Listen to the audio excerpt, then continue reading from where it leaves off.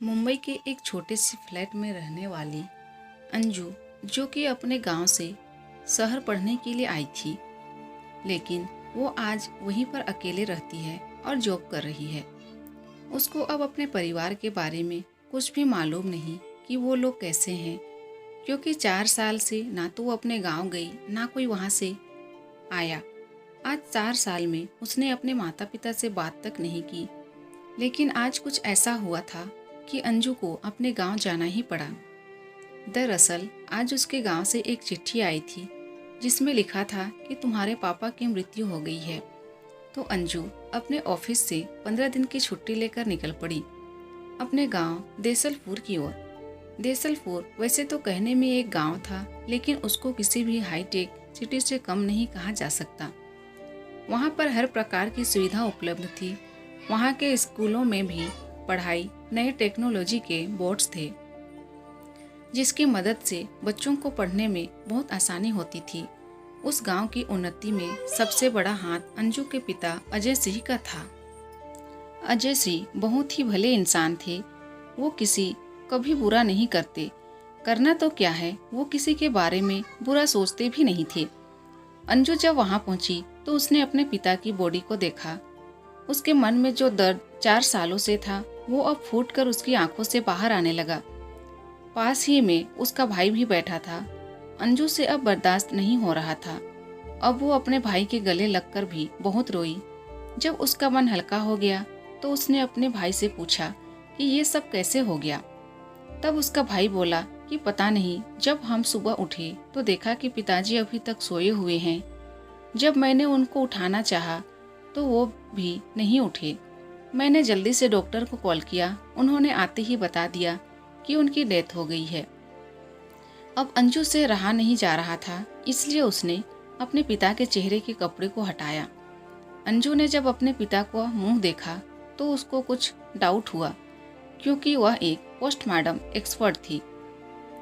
उनके चेहरे को देखते ही उसको पता चल गया कि उनकी साधारण मृत्यु नहीं हुई है, किसी ने दम घोंटकर उनको मार डाला है। अंजू ये सब सोच ही रही थी कि उसको एक जानी पहचानी सी आवाज सुनाई दी। वो कोई और नहीं बल्कि ध्रुव था।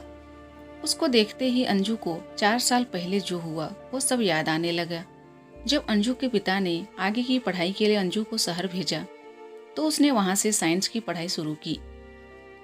शहर में वो जहाँ रहती थी उसी के पास के फ्लैट में ध्रुव रहता था। अब साथ में फ्लैट होने के कारण दोनों में बातचीत होने लगी। कुछ समय बाद दोनों की दोस्ती भी हो गई, और दोस्ती को प्यार में बदलने में समय तो लगता ही नहीं। एक दिन ध्रुव ने अपने प्यार का इजहार कर दिया, और अंजू भी तो यही चाहती थी, इसलिए उसने हाँ कर दी। अंजू को पता था कि उसके पिता हमारी शादी के लिए नहीं मानेंगे, तो उसने ध्रुव से कोर्ट मैरिज कर ली। फिर उसके बाद अपने पिता को शहर बुलाकर बताया। जब अजय सिंह को इस बारे में पता चला तो वो अपनी बेटी से बहुत नाराज हो गया, और हो भी क्यों ना, उसने अपनी बेटी को पढ़ने के लिए शहर भेजा था, ना कि शादी करने के लिए, वो भी किसी अनजान से। उसके इस फैसले से अजय सिंह बहुत नाराज हुए और अपनी बेटी को कभी ना देखने का प्रण लेकर वो शहर वापस आ गए। उसके बाद अजय सिंह ने अंजू से फिर कभी बात नहीं की। अब 1-2 साल में ही अंजू की नौकरी लग गई और ध्रुव भी एक डिटेक्टिव का असिस्टेंट बन गया। एक बार मुंबई में बहुत ही तेज बारिश हो रही थी तो अंजू हॉस्पिटल में ही फंस गई। तब उसने ध्रुव को कॉल करके बताया कि तेज बारिश की वजह से वो शायद आज रात नहीं आ सकेगी। लेकिन कुछ समय बाद हॉस्पिटल के एक सहकर्मी ने उसको कहा कि मैं तुमको घर छोड़ दूंगा। कुछ समय बाद अंजू घर पहुंच गई और उसने दरवाजा खटखटाया। ध्रुव ने दरवाजा खोला और अंजू को देखकर उसके चेहरे पर अजीब सी घबराहट हो गई। जब वो बेडरूम की तरफ बढ़ने लगी तो ध्रुव ना उसको रोकना चाहा, लेकिन अंजू नहीं रुकी। और जब वो वहां गई तो उसने देखा कि एक लड़की उसके बेड पर उसके ही कपड़े पहनकर सोई है। अंजू को बहुत ही गुस्सा आया और अगले दिन उसने ध्रुव का घर छोड़ दिया और अपनी एक सहेली के घर रहने चली गई। ध्रुव ने उसको बहुत समझाना चाहा, पर वो कुछ सुनने को तैयार नहीं थी। आज 2 साल बाद जब उसने ध्रुव को देखा तो उसे लगा कि अब उसकी बात सुननी चाहिए कि उस रात क्या हुआ था। ध्रुव ने उसको बताया कि जब उसका फ़ोन आया उसके कुछ देर बाद एक लड़की ने मेरा दरवाज़ा खटखटाया। जब मैंने दरवाज़ा खोला तो सामने मेरी एक दोस्त थी जो पूरी तरह से भींगी हुई थी। मैंने उसको अंदर बुलाया और उसको कपड़े चेंज करने के लिए तुम्हारे कपड़े दिए और अपने बेडरूम में सुला दिया। मैं बाहर सोफे पर सोया था, लेकिन तुमने कभी मेरी बात पूरी सुनी नहीं और जल्दबाजी में फैसला ले लिया मुझसे दूर होने का। मैंने तुमको बहुत फ़ोन किए पर तुमने कभी मुझसे बात नहीं की। फिर दोनों एक दूसरे के गले मिले और रोने लगे। अंजू ने ध्रुव से अपने बर्ताव के लिए माफ़ी मांगी और ध्रुव को अपने पिता की मृत्यु के बारे में बताया। फिर अंजू के कहने पर ध्रुव ने पुलिस को बुलाया और बॉडी को पोस्टमार्टम के लिए भेज दिया। अंजू का शक सही निकला। अजय सिंह की मृत्यु अचानक नहीं हुई, उनका दम घोटकर उनको मारा गया था।